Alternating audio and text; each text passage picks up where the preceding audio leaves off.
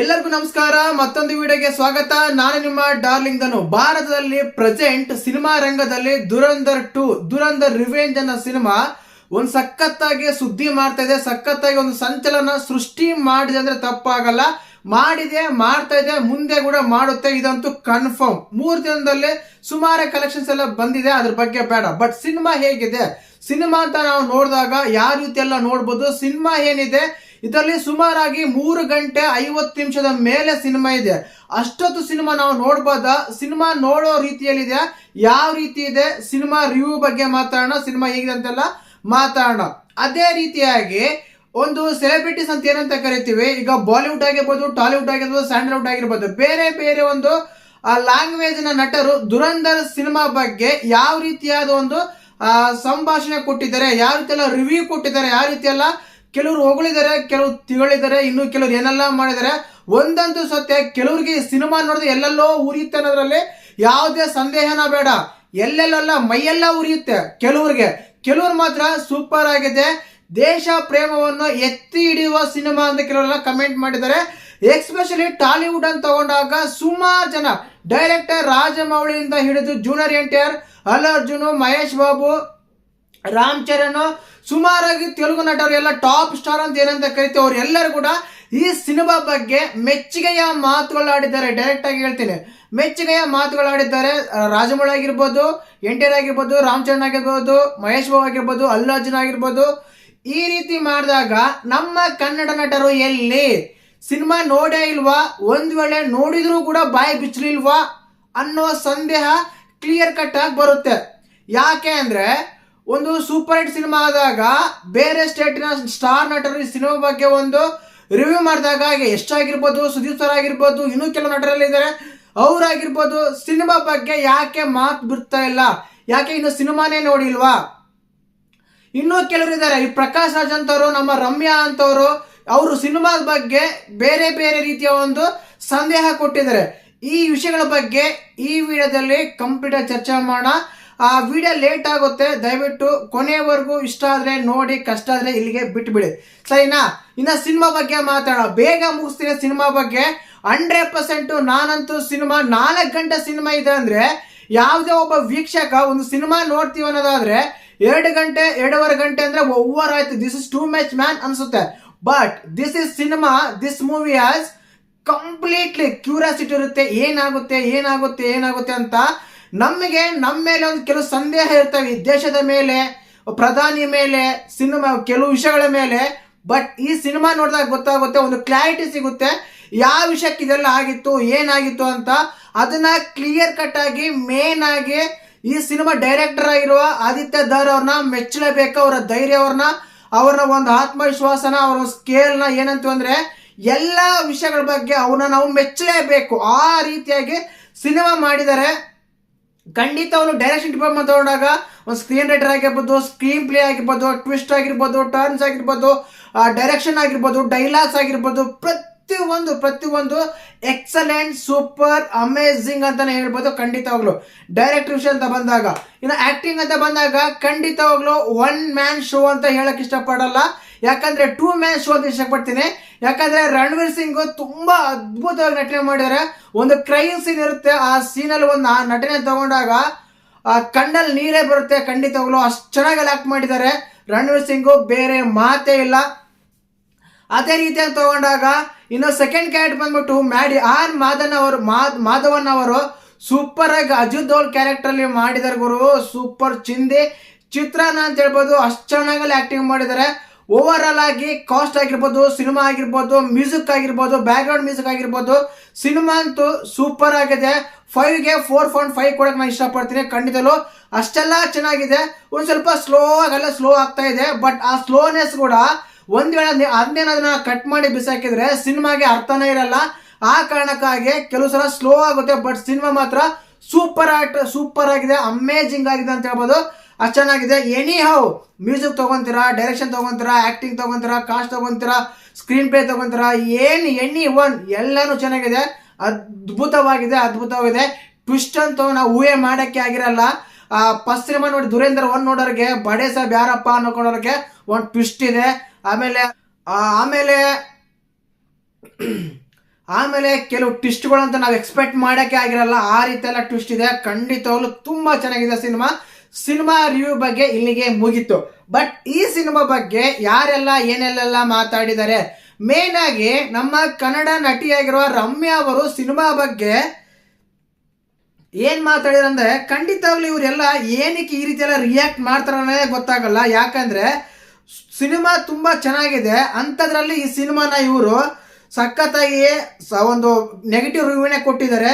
Dhurandhar cinema ತೀವ್ರ ಅಸಮಾಧಾನ ವ್ಯಕ್ತಪಡಿಸಿದ್ದಾರೆ ಇವರು. ಖಂಡಿತವಾಗ್ಲು ಸಿನಿಮಾ ಒಂದರಲ್ಲಿ ಎಂಜಾಯ್ ಮಾಡ್ತಿದ್ರು, ಆದ್ರೆ ಈ ಸಿನಿಮಾದಲ್ಲಿ ದುರಂಧರ್ ಒಂದು ಚೆನ್ನಾಗಿತ್ತಂತೆ. ಈ ಸಿನಿಮಾದಲ್ಲಿ ಯಾಕೆಂದ್ರೆ ಈ ಚಿತ್ರದಲ್ಲಿ ಕತೆಗಿಂತ ಹೆಚ್ಚು ಗಮನ ಸೆಳೆದಿದ್ದು ನಾಲಾಯಕ್ ಪಾತ್ರಗಳು, ಬೇರೆ ಏನು ಇಲ್ಲ ಅಂತೆ. ಸಿನಿಮಾ ಬೋರಿಂಗ್ ಅಂತೆ, ಅಸಹ್ಯ ಅನಿಸ್ತಾ ಇದೆ. ಆಮೇಲೆ ಈ ಸಿನಿಮಾದಲ್ಲಿ ಗ್ಯಾಂಗ್ಸ್ಟರ್ಗಳಾಗಿರ್ಬೋದು, ಹೆವಿ ಬ್ಲಡ್ ಕಾಣಿಸ್ತಾ ಇದೆ, ಪ್ರತಿ ಸೀನಲ್ಲೂ ಹಿಂಸೆ ಕಾಣ್ತಾ ಇದೆ, ಕಾಮಿಡಿ ಬೇಕಂದ ಸ್ಪರ್ಧೆ ನಿದ್ಯೆಗಳು ಇದ್ದಂತಿದೆ, ಒಂದು ಧರ್ಮಕ್ಕಾಗಿ ಸಿನಿಮಾ ಮಾಡ್ದಂಗಿದೆ, ದೇಶದ ಬಗ್ಗೆ ಸುಳ್ಳೆಲ್ಲ ಹೇಳ್ತಾ ಇದ್ದಾರೆ. ಈ ರೀತಿಯಾಗಿ ಕೆಲವು ವ್ಯಂಗ್ಯವಾಗಿ ಅವರು ಈ ಸಿನಿಮಾ ನೋಡಕ್ಕೆ ವೇಸ್ಟ್, ನಿದ್ದನೆ ಬರುತ್ತೆ, ಸಿನಿಮಾ ನೋಡಕ್ ಹೋಗಬೇಡ, ನೋಡಿ ದುಡ್ಡೆಲ್ಲ ವೇಸ್ಟ್ ಅನ್ನೋ ಲೆವೆಲ್ಗೆ ಒಂದು ರಿವ್ಯೂ ಕೊಟ್ಟಿದ್ದಾರೆ. ಖಂಡಿತವಾಗ್ಲೂ ರಮ್ಯಾ ಅವರು ಇದೆಲ್ಲ ಬೇಕಿತ್ತ ಅಂತ ಕೆಲವು ಸಲ ಅನ್ಸುತ್ತೆ. ಇವರು ಯಾಕೆ ಒಂದು ಸಿನಿಮಾ ನಟರಾಗಿ ಯಾಕೆ ಈ ರೀತಿ ಎಲ್ಲ ರಿವ್ಯೂಸ್ ಕೊಡ್ತಾರೆ ಅಂತ ಗೊತ್ತೇನೇ ಆಗಲ್ಲ ಖಂಡಿತವಾಗ್ಲು. ಇನ್ನು ಅದೇ ರೀತಿಯಾಗಿ ಪ್ರಕಾಶ್ ಅವ್ರಿಗೆ ಗೊತ್ತಿರುತ್ತೆ, ಇವ್ರು ಹೇಳ್ತಾರೆ, ಈಗ ಅಲ್ಲು ಅರ್ಜುನ್ ಆಗಿರ್ಬೋದು, ರಾಮ್ ಚರಣ್ ಆಗಿರ್ಬೋದು, ಜೂನಿಯರ್ ಎನ್.ಟಿ. ಆಗಿರ್ಬೋದು, ತೆಲುಗು ನಟರು ಈ ರಿವ್ಯೂ ಬಗ್ಗೆ ಮಾಡಿದಾಗ ಅವ್ರಿಗೆ ಅವ್ರ ಸಿನಿಮಾಗಳು ಎಲ್ಲಿ ಸೋಲ್ತವೆ, ಅವ್ರ ಸಿನಿಮಾಗಳು ಎಲ್ಲೆಲ್ಲ ಎಫೆಕ್ಟ್ ಆಗ್ತವೆ ಅನ್ನೋ ಕಾರಣಕ್ಕೇನೆ ಇವರು ರಿವ್ಯೂ ಕೊಡ್ತಾ ಇದ್ದಾರೆ, ಚೆನ್ನಾಗಿದೆ ಅಂತ ಹೇಳ್ತಾರೆ. ನಾನು ದುರಂಧರಿಂದ ದೂರ ಇದ್ದೀನಿ, ನಾನು ಸಿನಿಮಾ ನೋಡೋದೇ ಇಲ್ಲ, ಅದ್ರ ಬಗ್ಗೆ ಮಾತಾಡಲ್ಲ ಅಂತ ಗೊತ್ತಿತ್ತು. ಇವ್ರು ಏನಕ್ಕೆ ನೋಡಲ್ಲ ಅಂತ ಗೊತ್ತಿದ್ದು, just I ask for you sir, why not sing this is cinema ಅಂತ ಕೇಳಿದಾಗ ಉಳಿದಿರುತ್ತೆ ಎಲ್ಲೆಲ್ಲೋ ಬೇರೆ ಬೇರೆ ಕಡೆ ಎಲ್ಲ, ಆ ಕಾರಣಕ್ಕೆ ಸಿನಿಮಾ ನೋಡಲ್ಲ ಅಂತ ಗೊತ್ತಾಯ್ತು. ನೋಡಿದ್ರು ಪ್ರಾಜೆಕ್ಟ್ ರಿವ್ಯೂ ಕೊಟ್ಟರು ಕೂಡ ಇವ್ರಿಗೆ ಅವ್ರು ಸಹಿಸಲ್ಲ, ರಿವ್ಯೂ ಕೊಡಬಾರ್ದು ಅಂತ ಇವ್ರಿಗೆ, ಆ ರೀತಿ ಎಲ್ಲ ಮಾತಾಡ್ತಾರೆ. ಇನ್ನು ಮೊದಲನೇದಾಗಿ ತೆಲುಗು ನಟರಾಗಿರುವ ಜೂನಿಯರ್ ಎನ್.ಟಿ.ಆರ್. ಸಿನಿಮಾ ಬಗ್ಗೆ ಮಾತಾಡಿದ್ದಾರೆ. ಭಾರತೀಯ ಪ್ರೇಕ್ಷಕರಿಗೆ ಬಿರುಗಾಳಿ ಎಬ್ಬಿಸಿದಾಗಿದೆ ದುರಂಧರ್ ಟೀಮು. ಈ ತಂಡಕ್ಕೆ ಒಂದು ದೊಡ್ಡ ಸೆಲ್ಯೂಟು, ಅಷ್ಟು ಚೆನ್ನಾಗೆಲ್ಲ ಸಿನಿಮಾ ಮಾಡಿದ್ದಾರೆ. ರಣವೀರ್ ಒನ್ ಮಾಸ್ಟರ್ ಪ್ಲಾನ್, ಒಂದು ಮಾಸ್ಟರ್ ಸ್ಟೋನ್ ಆಗಿ ಸಿನಿಮಾ ಮಾಡಿದ್ದಾರೆ, ಅದ್ಭುತವಾಗಿ ನೀಡಿದ್ದಾರೆ ಈ ಒಂದು ಸ್ಕ್ರೀನ್ ಲೆವೆಲ್ ಅಂತ ಹೇಳಿದ್ದಾರೆ. ಈ ಚಿತ್ರ ನಿರ್ಮಿಸಲು ದೃಢ ನಿರ್ಧಾರ, ಶಕ್ತಿ, ಧೈರ್ಯ, ಸಾಮರ್ಥ್ಯತೆ ಎಲ್ಲಾನು ಬೇಕು, ಅದು ಆದಿತ್ಯ ದಾರ್ ಅವ್ರಿಗಿದೆ. ಖಂಡಿತವಾಗ್ಲು ಪ್ರತಿ ಫ್ರೇಮು, ಪ್ರತಿ ಸೀನು, ಪ್ರತಿ ಬ್ಯಾಕ್ಗ್ರೌಂಡ್ ಮ್ಯೂಸಿಕ್ ಅದ್ಭುತವಾಗಿದೆ, ಅಮೇಜಿಂಗ್ ಆಗಿದೆ ಅಂತ ಹೇಳಿದ್ದಾರೆ. ಈ ಸಿನಿಮಾ ಒಂದು ಅಷ್ಟೊಂದು ಟೈಮ್ ಡ್ಯೂರೇಷನ್ ಇದ್ರೂ ಕೂಡ ಆ ಸಿನಿಮಾ ನೋಡಿದಾಗ ಎದ್ದು ಚಪ್ಪಾಳೆ ತಟ್ಟಬೇಕು ಅನ್ನೋ ಒಂದು ಕ್ಯೂರಿಯಾಸಿಟಿ ಬರುತ್ತೆ, ಅಷ್ಟು ಚೆನ್ನಾಗಿದೆ ಸಿನಿಮಾ ಅಂತ ಹೇಳಿ ಜೂನಿಯರ್ ಎನ್.ಟಿ.ಆರ್. ಅವರು ಹೇಳಿದ್ದಾರೆ. ಖಂಡಿತವಾಗ್ಲೂ ಸೂಪರ್ ಇದೆ ಅಂತ ಹೇಳಿದ್ದಾರೆ. ಇನ್ನು ಅದಾದ್ಮೇಲೆ ಅಲ್ಲು ಅರ್ಜುನ್ ಅವ್ರ ಬಗ್ಗೆ ಮಾತಾಡೋಣ. ಅಲ್ಲು ಅರ್ಜುನ್ ಅವರು ದುರಂಧರ ದೇಶಭಕ್ತಿಯನ್ನು ತೋರಣದಿಂದ ಕಟ್ಟಲಾಗಿದೆ, ಆ ರೀತಿಯಲ್ಲಿದೆ, ಆ ರೀತಿಯಲ್ಲ ಸಿನಿಮಾ ಇದೆ. ಪ್ರತಿಯೊಬ್ಬ ದೇಶಭಕ್ತನು ಹೆಮ್ಮೆಯಿಂದ ನೋಡುವ, ಚಪ್ಪಾಳೆ ತಟ್ಟುವ ಸಿನಿಮಾ ಇದು.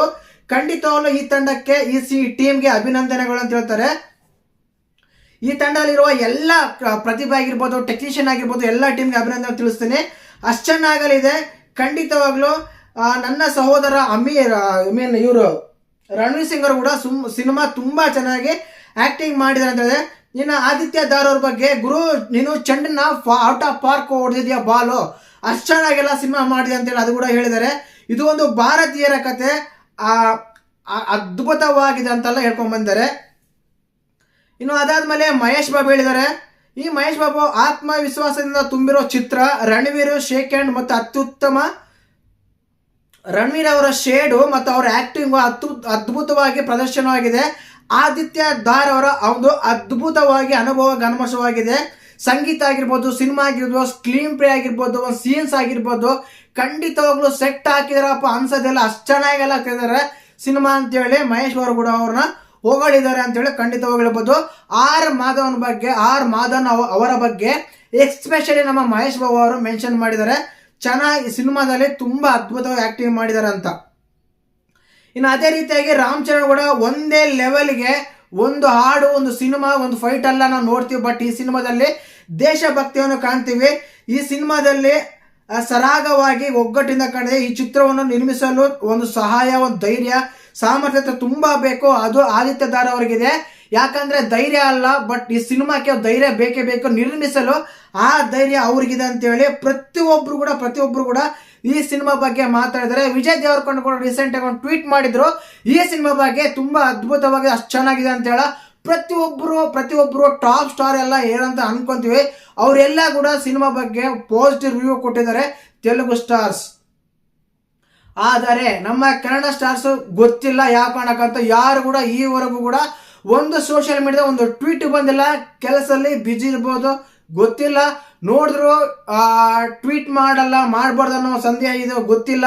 ಖಂಡಿತವಾಗ್ಲೂ ಇವರು ಕೂಡ ಇಂಥ ಸಿನಿಮಾಗಳಿಗೆ ನೀವು ಕೂಡ ಒಂದು ಪ್ರೋತ್ಸಾಹ ಕೊಟ್ರೆ ನಿಮ್ಮ ಸಿನಿಮಾಗಳು ಕೂಡ ತುಂಬಾ ಚೆನ್ನಾಗಿ ಅದ್ಭುತವಾಗಿರುತ್ತೆ ಅಂತ ನನ್ನ ಅಭಿಪ್ರಾಯ. ಖಂಡಿತವಾಗ್ಲು ಯಾಕೆ ಅಂದ್ರೆ ನೋಡಿ ಕಲಿಬೇಕಾ ನೋಡಿ ಕಲಿಬಾರ್ದು ಅನ್ನೋದಕ್ಕಿಂತ ತೆಲುಗಿನ ಟಾಲಿವುಡ್ ಸ್ಟಾರ್ಸ್ ಎಲ್ಲ ಈ ರೀತಿ ರಿವ್ಯೂ ಕೊಟ್ಟಾಗ ನಿಮ್ಮ ಅಭಿಪ್ರಾಯ ನೀವು ಹಂಚ್ಕೊಂಡ್ರೆ ನಿಮ್ಮ ಸಿನಿಮಾಗಳು ಕೂಡ ಕೆಲವು ಸಲ ಈ ರೀತಿಯಾಗಿ ಪಾಸಿಟಿವ್ ರಿವ್ಯೂ ಕೊಡ್ಬೋದು. ಖಂಡಿತವಾಗ್ಲು ಒಂದು ದೇಶಭಕ್ತಿ ಸಿನಿಮಾ ಅಂತ ಬಂದಾಗ ಈ ರೀತಿ ನಿಮ್ಮ ಒಂದು ಅಭಿಪ್ರಾಯಗಳು, ನಿಮ್ಮ ಒಂದು ರಿವ್ಯೂಸ್ ತುಂಬಾ ಮುಖ್ಯ ಆಗಿರುತ್ತೆ. ಕಂಗ್ರಾಚುಲೇಷನ್ಸ್ ಟೀಮ್ ಅಂತ ಹೇಳಿದ್ರು ಆಯ್ತು.